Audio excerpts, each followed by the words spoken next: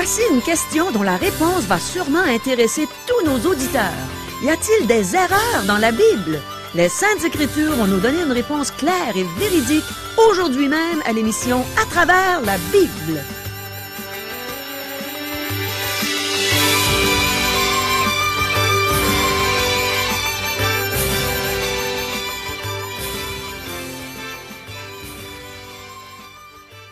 Chers auditeurs, pour en savoir davantage sur le contenu de cette émission, vous pouvez contacter en tout temps Radio Espoir via Internet à www.radioespoir.ca ou par téléphone, sans frais, au 1-877-l'Espoir, 1-877-537-7647. Bonjour, ici Caro. Quelle belle leçon on va recevoir venant du grand livre de Dieu aujourd'hui. Je crois que vous serez d'accord avec moi, simplement en entendant les questions qu'on va poser à Dieu aujourd'hui. Alors les voici. Quelle est la différence entre les souillures de la chair et celles de l'esprit? Quand une église fait une collecte pour un projet spécifique, est-elle en droit d'utiliser les fonds pour d'autres projets? Quand la Bible décrit un homme de Dieu qui fait des erreurs, est-ce que ça signifie qu'il y a des erreurs dans la Bible? Devons-nous demander pardon à quelqu'un pour un tort que nous lui avons fait il y a longtemps? De quelle manière est-ce qu'on peut consoler un frère dans la foi? Que signifie le mot repentance? Demeurez avec nous, le pasteur Régent Joly a ouvert sa Bible et il est prêt à nous enseigner ce qu'elle dit en réponse à toutes nos questions. Mais premièrement, demandons à Dieu de disposer nos cœurs à recevoir tout ce bon enseignement. Prions. Oui, Seigneur, tu nous donnes du bon enseignement jour après jour. Merci pour cette abondance de ta parole qui vient de toi, Seigneur. Merci, mon Dieu, merci d'être si bon envers nous. Enseigne-nous aujourd'hui, dispose nos cœurs, que ta parole puisse pénétrer profondément en nous. Amen. À toi, Régent.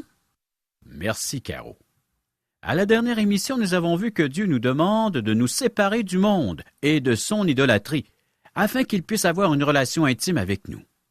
Si nous refusons de nous purifier des souillures du monde, le Seigneur devra premièrement nous châtier avant d'établir une relation intime avec nous. Nous avons aussi vu que Dieu interdit des alliances et des ententes permanentes avec le monde. Ce type d'alliance peut être un mariage, un partenariat dans une entreprise, enseigné dans une école de théologie libérale. Dieu interdit les alliances avec les non-croyants. Mais il n'interdit pas une collaboration temporaire avec un chrétien qui fait des choses d'une façon différente de nous, d'un chrétien dont nous n'approuvons pas nécessairement les méthodes de travail. Chers amis, débutons notre lecture. 2 Corinthiens chapitre 7, verset 1er. Ayant donc de telles promesses, bien-aimés, purifions-nous de toute souillure de la chair et de l'esprit, en achevant notre sanctification dans la crainte de Dieu. De quelle promesse est-ce que Paul parle? Il parle de la promesse d'être un père pour nous, si nous nous séparons du monde et si nous lui obéissons. Quelle est la différence entre les souillures de la chair et celles de l'esprit? Paul nous dit de nous purifier de toute souillure, celle de la chair et celle de l'esprit. Tout péché est une souillure aux yeux de Dieu, mais quelle est la différence entre les souillures de la chair et celles de l'esprit? Les souillures de la chair sont les péchés que nous commettons dans notre corps. Ce sont la luxure, les désirs incontrôlables, l'ivrognerie, la gloutonnerie, la licence. Ce sont les péchés de la chair, ce sont les choses qui nous souillent. Nous devons être conscients du fait que notre société contemporaine considère ces choses comme étant respectables. Pourtant, nous lisons dans Galates, chapitre 5, à partir du verset 16. « Je dis donc, marchez selon l'esprit, et vous n'accomplirez pas les désirs de la chair, car la chair a des désirs contraires à ceux de l'esprit. Et l'esprit en a de contraires à ceux de la chair. Ils sont opposés entre eux, afin que vous ne fassiez point ce que vous voudriez. Si vous êtes conduit par l'esprit, vous n'êtes point sous la loi. Or, les œuvres de la chair sont évidentes. Ce sont la débauche, l'impureté, le dérèglement, l'idolâtrie, la magie, les rivalités, les querelles, les jalousies, les animosités, les disputes, les divisions, les sectes, l'envie, l'ivrognerie, les excès de table et les choses semblables. Je vous dis d'avance, comme je l'ai déjà dit, que ceux qui commettent de telles choses n'hériteront point le royaume de Dieu. L'abus de l'alcool est un exemple de souillure de la chair. Un exemple de ceci est l'attitude envers l'alcool. La plupart des gens affirment qu'il n'y a rien de mal avec l'alcool. D'ailleurs, les médias font la promotion du produit. Une annonce disait ceci: la caractéristique d'un homme mature, sensible et qui réussit est de savoir boire des cocktails. C'est toute une jolie propagande. Il y en a qui savent laver les cerveaux. Les fabricants et les distributeurs de boissons alcoolisées dépensent énormément en publicité. Mais une petite minute, chers amis. D'où pensez-vous provient la citation de l'annonce que je viens de vous lire? Elle ne vient pas d'une distillerie, elle vient d'une organisation qui aide les alcooliques. L'annonce disait aussi: il y a des personnes qui ne savent simplement pas boire. Sur ce point, nous ne pouvons qu'être d'accord.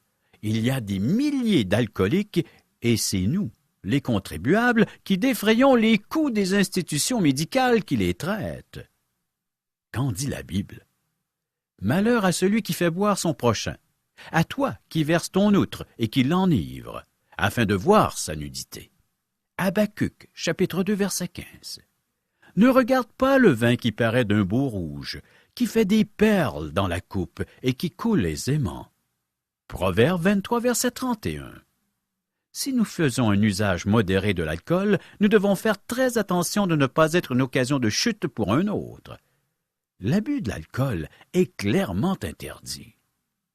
La prolifération du porno est un exemple de souillure de la chair. Une autre illustration de souillure de la chair est la prolifération du porno. Les revues et les films pornographiques sont très disponibles. Et maintenant, c'est encore plus facile de devenir dépendant de la pornographie à cause de l'Internet. On peut s'y adonner en privé, à l'abri des regards. Mes amis, si vous êtes pour vous adonner à une souillure de la chair quelconque, Dieu ne pourra pas entrer en relation intime avec vous, et il n'agira pas envers vous comme le Père qu'il désire être pour vous, même si vous êtes son Fils. Maintenant, examinons ce que sont les souillures de l'esprit.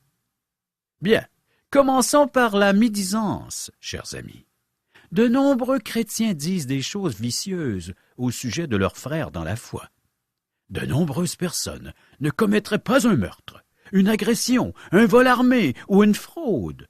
Cependant, leur langue de vipère est aussi efficace qu'un poignard. De nombreux chrétiens sèment la médisance dans nos églises. Des exemples des souillures de l'esprit? De plus, il y a des péchés de l'esprit qui sont plus faciles à cacher, tels la vanité, l'orgueil, l'arrogance, l'incrédulité, la convoitise, la jalousie. De nombreux chrétiens fonctionnent selon une liste d'interdits. Ne bois pas, ne fume pas, ne joue pas aux cartes, ne va pas au cinéma, etc. Aucun d'entre eux ne voudrait être vu avec une cigarette à la bouche. Cependant, les paroles qui sortent de leur bouche sont plus dévastatrices qu'une arme. Ce sont là les souillures de l'esprit. Maintenant, Paul dit que nous devrions nous purifier de toute souillure de la chair et de l'esprit, en achevant notre sanctification dans la crainte de Dieu. L'auteur de l'Épître aux Hébreux présente la chose ainsi. « Et suivez avec vos pieds des voies droites, afin que ce qui est boiteux ne dévie pas, mais plutôt se raffermisse. Recherchez la paix avec tous et la sanctification, sans laquelle personne ne verra le Seigneur. » Hébreux, chapitre 12, versets 13 et 14. Le Seigneur Jésus est ma justice, il est ma sainteté. Cependant, un gouffre sépare ma vie de ses perfections. Dieu dit qu'il ne devrait pas y avoir une si grande distance entre la sainteté de Dieu et nous. Dieu veut que nous soyons saints, parce qu'il est saint. Écoutez l'exhortation de 1 Thessaloniciens chapitre 4, verset 3. Ce que Dieu veut, c'est votre sanctification. C'est que vous vous absteniez de la débauche. c'est que chacun de vous sache posséder son corps dans la sainteté et l'honnêteté, sans vous livrer à une convoitise passionnée, comme font les païens qui ne connaissent pas Dieu. C'est que personne n'use envers son frère de fraude et de cupidité dans les affaires, parce que le Seigneur tire vengeance de toutes ces choses, comme nous vous l'avons déjà dit et attesté. Car Dieu ne nous a pas appelés à l'impureté, mais à la sanctification. Poursuivons notre lecture de 2 Corinthiens chapitre 7, verset 2. Donnez-nous une place dans vos cœurs. Nous n'avons fait tort à personne. Nous n'avons ruiné personne. Nous n'avons tiré du profit de personne. Un chrétien ne devrait pas faire de tort à qui que ce soit. Paul assure les Corinthiens qu'il n'a corrompu personne et qu'il n'a trompé personne. Il n'est pas venu les voir afin de faire une collecte pour toutes sortes de projets. J'aimerais que plusieurs chrétiens puissent dire la même chose. Je pense que certains conseils d'Église n'agissent pas correctement. Je pense que si une personne fait un don désigné pour un projet spécifique, le conseil doit s'assurer que l'argent parvienne à la bonne destination. Le conseil n'a pas la liberté de mettre l'argent dans le fonds général ou d'utiliser l'argent pour rembourser la dette de l'Église. Paul pouvait assurer les lecteurs qu'il n'avait lésé personne, corrompu personne, ni fraudé qui que ce soit. Verset 3. Ce n'est pas pour vous condamner que je parle de la sorte, car j'ai déjà dit que vous êtes dans nos cœurs à la vie et à la mort. Paul aimait les Corinthiens, mais il avait leur bien à cœur. Verset 4. J'ai une grande confiance en vous. J'ai tout sujet de me glorifier de vous. Je suis rempli de consolation. Je suis comblé de joie au milieu de toutes nos tribulations. Maintenant, Paul leur dit qu'il est consolé et rempli de joie à leur sujet. Il explique la raison de son état d'âme. Versets 5 à 9. Car, depuis notre arrivée en Macédoine, notre chair n'eut aucun repos. Nous étions affligés de toute manière. Lutte au dehors, crainte au dedans. Mais Dieu, qui console ceux qui sont abattus, nous a consolés par l'arrivée de Tite. Et non seulement par son arrivée, mais encore par la consolation que Tite lui-même ressentait à votre sujet. Il nous a raconté votre ardent désir, vos larmes, votre zèle pour moi, en sorte que ma joie a été d'autant plus grande. Quoique je vous ai attristé par ma lettre, je ne m'en repens pas. Et, si je m'en suis repenti, car je vois que cette lettre vous a attristé, bien que momentanément, je me réjouis à cette heure, non pas de ce que vous avez été attristé, mais de ce que votre tristesse vous a porté à la repentance, car vous avez été attristé selon Dieu, afin de ne recevoir de notre part aucun dommage. Un rappel du contexte dans lequel Paul rédige cette lettre va nous aider à apprécier ces versets. Dans sa première épître, Paul avait dû réprimander les Corinthiens. Il leur avait dit qu'il devait leur parler comme à des hommes charnels et comme à des enfants. Il a dénoncé le cas d'immoralité grossière parmi eux. Il a demandé à l'Église de corriger la situation. L'Église de Corinthe a suivi les conseils de Paul. Lorsque Tite est arrivé à Philippe afin de rejoindre Paul, il a rapporté à Paul que l'Église de Corinthe avait confronté et mis sous discipline l'homme coupable de conduite immorale. De plus, l'homme s'était repenti de ses écarts de conduite. Maintenant, dans cette deuxième épître, Paul recommande aux Corinthiens de reprendre cet homme parmi eux, de lui permettre de revenir à l'Église. Paul ne voulait pas que cet homme soit accablé outre mesure. Il devait être réadmis dans les rangs de l'Église. Après avoir quitté Éphèse, Paul s'était rendu à Troas, et là, il a attendu Tite qui n'arrivait pas. Il a commencé à se questionner sur la manière d'avoir agi dans cette affaire. Peut-être n'aurait-il pas dû écrire une lettre aussi sévère à l'Église de Corinthe. Il a poursuivi son voyage jusqu'à Philippe, et c'est là que Tite l'a rejoint, et qu'il lui a apporté des bonnes nouvelles de Corinthe. Peut-être l'un d'entre vous a-t-il envie de me dire « Je pensais que les Écritures étaient entièrement et verbalement inspirées, et que Paul écrivait sous l'inspiration de l'Esprit lorsqu'il a écrit aux Corinthiens. » C'est exact. Nous sommes devant un texte inspiré par Dieu. Je crois cela de tout mon cœur. Alors, pourquoi Paul remet-il en question la sévérité de sa lettre? C'est parce que Paul était un être humain. Dieu a permis que Paul s'exprime ainsi, afin que nous percevions combien humain était Paul. Ceci nous montre un Paul tendre, aimable et doux, afin que nous suivions son exemple. C'est toute une leçon pour nous.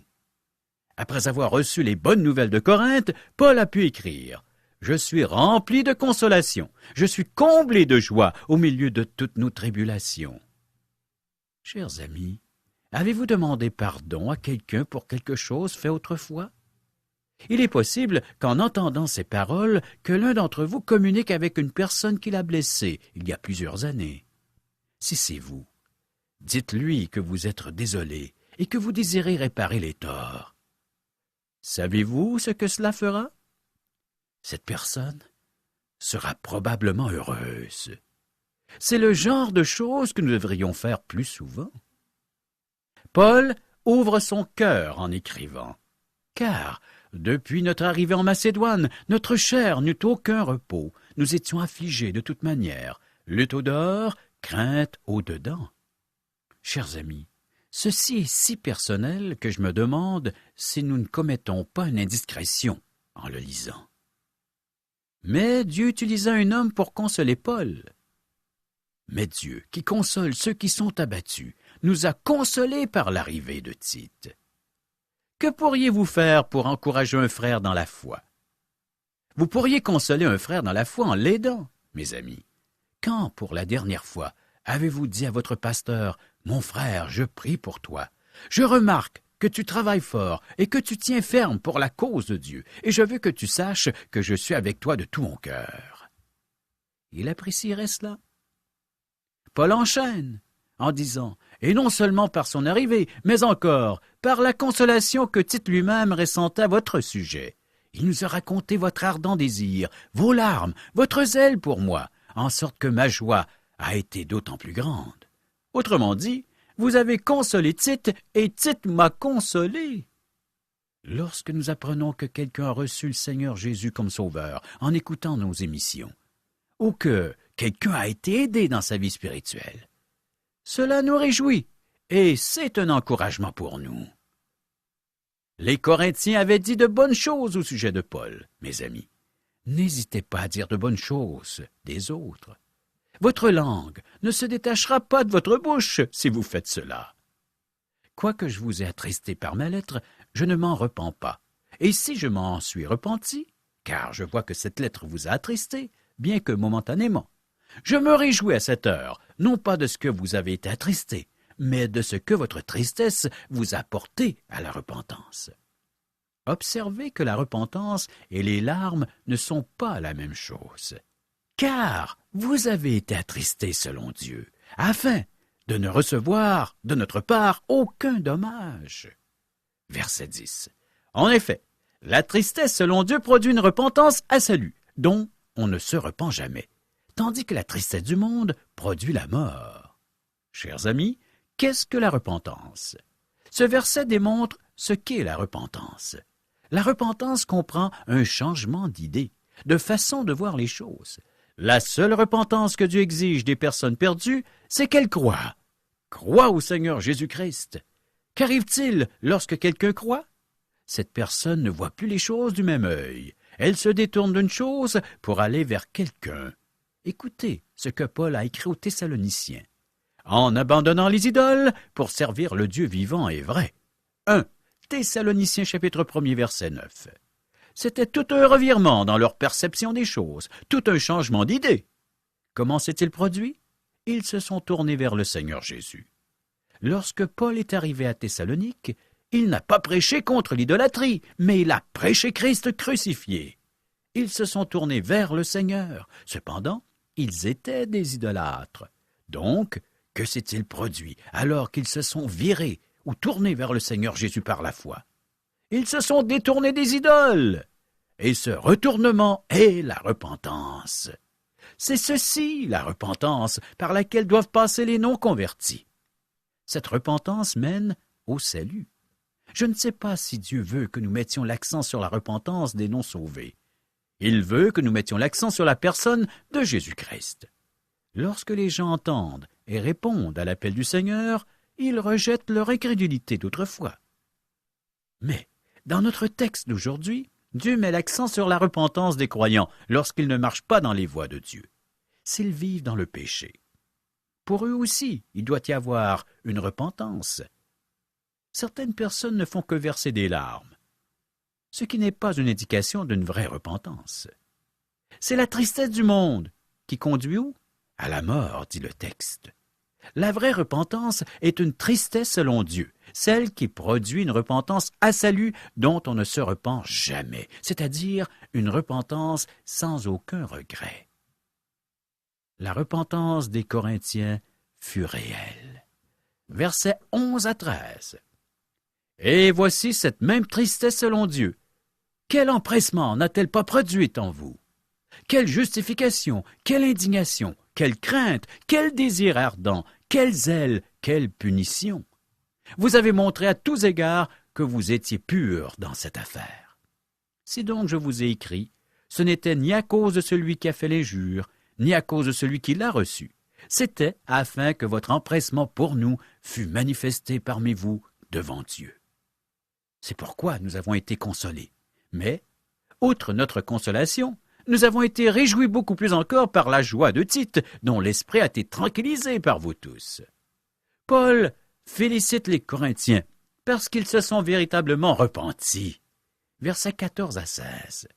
Et si devant lui, je me suis un peu glorifié à votre sujet, je n'en ai point eu de confusion. Mais, comme nous vous avons toujours parlé selon la vérité, ce dont nous nous sommes glorifiés auprès de Tite, c'est trouvé être aussi la vérité. Il éprouve pour vous un redoublement d'affection, au souvenir de votre obéissance à tous et de l'accueil que vous lui avez fait avec crainte et tremblement. Je me réjouis de pouvoir en toutes choses me confier en vous. Paul a ouvert son cœur aux Corinthiens et il a partagé ses sentiments avec eux. Il est heureux et rempli de joie. Il fut consolé. C'est ainsi que Dieu a consolé le cœur de Paul. Par les autres, dans la foi et par leur témoignage, par leur partage, leur vécu avec Dieu. Le père du pasteur J. Vernon McGee, l'auteur de nos textes, lui racontait une anecdote qui illustre la repentance. Écoutez bien. Il y avait un bateau à vapeur qui circulait sur le Mississippi. Sa chaudière n'était pas puissante, et le bateau avait un gros sifflet actionné par la vapeur de l'engin. Lorsque le bateau naviguait à l'encontre du courant et que le sifflet était actionné, le bateau reculait, car la pression de la chaudière n'était plus assez forte pour faire avancer le bateau. De nombreuses personnes ont de gros sifflets et des petites chaudières. Elles versent beaucoup de larmes et donnent tout un spectacle, mais il n'y a pas de véritable repentance. Elles versent des larmes, mais elles continuent dans la mauvaise direction. Cher ami, qu'en est-il de toi lorsque Dieu te montre un péché dans ta vie? Tu dois t'en repentir, c'est-à-dire le confesser et l'abandonner. Et non seulement pleurer, mais agir en conséquence selon ce que Dieu te montre, afin de pouvoir poursuivre la voie de la sanctification. La Bible nous encourage de marcher de sanctification en sanctification. Il y a un progrès, il y a place à progresser dans notre sanctification. Tu es croyant? Tu crois en Dieu? Tu crois en Jésus-Christ comme ton sauveur personnel? Tu crois en la parole de Dieu? Alors il est possible pour toi de vaincre le mal, d'y remporter la victoire, chers amis. En Jésus, nous sommes tous vainqueurs. Chers amis, prochaine émission, 2 Corinthiens chapitre 8, les versets 1 à 7. Oh, merci beaucoup, Régent. L'enseignement qu'on vient de recevoir a été tellement intéressant que j'ai de la difficulté à me brancher sur un sujet en particulier. Mais une chose que je sais, c'est que je veux retenir ces bonnes instructions que je viens de recevoir de mon Dieu par la bouche de son serviteur. Mes amis, j'ai bien aimé ce que Régent a dit concernant le fait que l'apôtre Paul avait probablement fait une erreur en envoyant une lettre bien sévère aux Corinthiens. Et je crois qu'on a pu comprendre que des hommes de Dieu ont fait des erreurs qui ont été rapportées dans la Bible, oui. mais que nous sommes devant un texte inspiré de Dieu. Paul remettait en question sa sévérité, surtout la sévérité de sa lettre à ce moment-là. Il était humain, mais il était aussi tendre, aimable et doux, afin qu'on puisse suivre son exemple. Mes frères, mes sœurs, ceci a été écrit pour notre instruction. Ça me fait penser à un pasteur que je connais. Cet homme est véritablement humble. Il est un modèle d'humilité pour nous. Et quand il a fait la moindre erreur et que ça concerne une personne ou des personnes, il appelle ou rencontre ces personnes. Il leur demande pardon. Je ne suis pas certaine que tous les croyants en font autant. Je sais que je le fais davantage depuis que j'ai vu cet homme agir ainsi. Une autre chose que Régent a mentionnée, c'est qu'il peut nous arriver parfois de nous rappeler qu'on a fait du tort à quelqu'un dans le passé. On a peut-être blessé une personne. Peut-être que ça a fait bien longtemps que c'est arrivé. Et il nous a encouragés à contacter cette personne pour lui demander pardon. Il a même dit que cette personne serait probablement très heureuse qu'on la contacte pour réparer les torts. Eh bien, ceci m'est arrivé il y a peut-être environ 2 ans.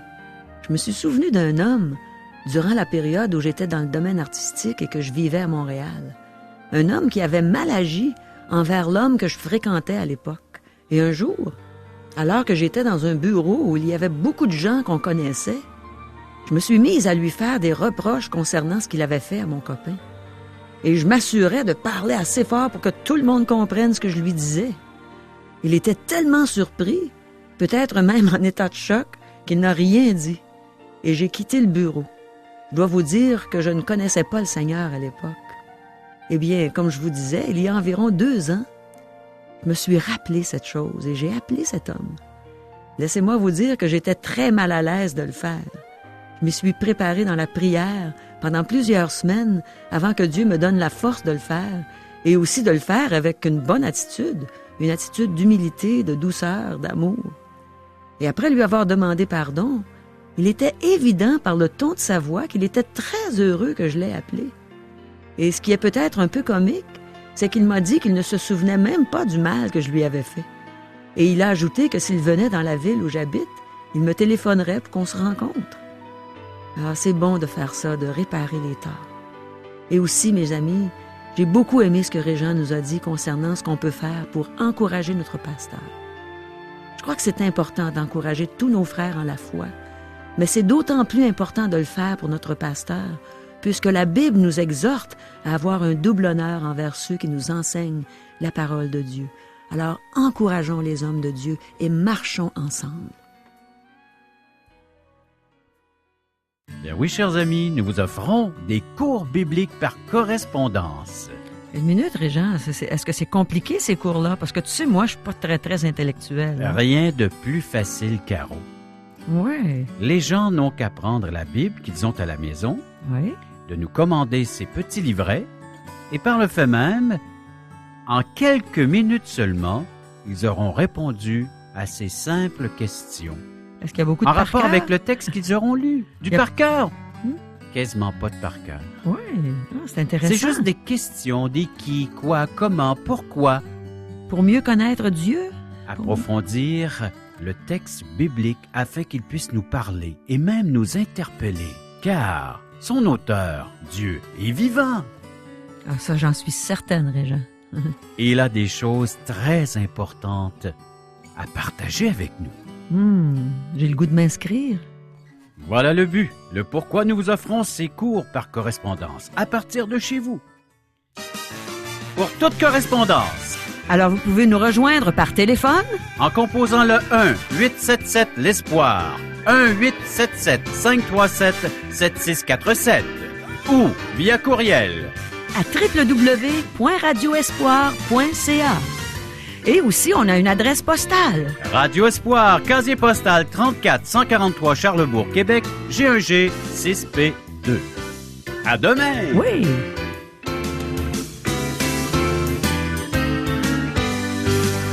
Cette émission vous a été présentée par Radio Espoir.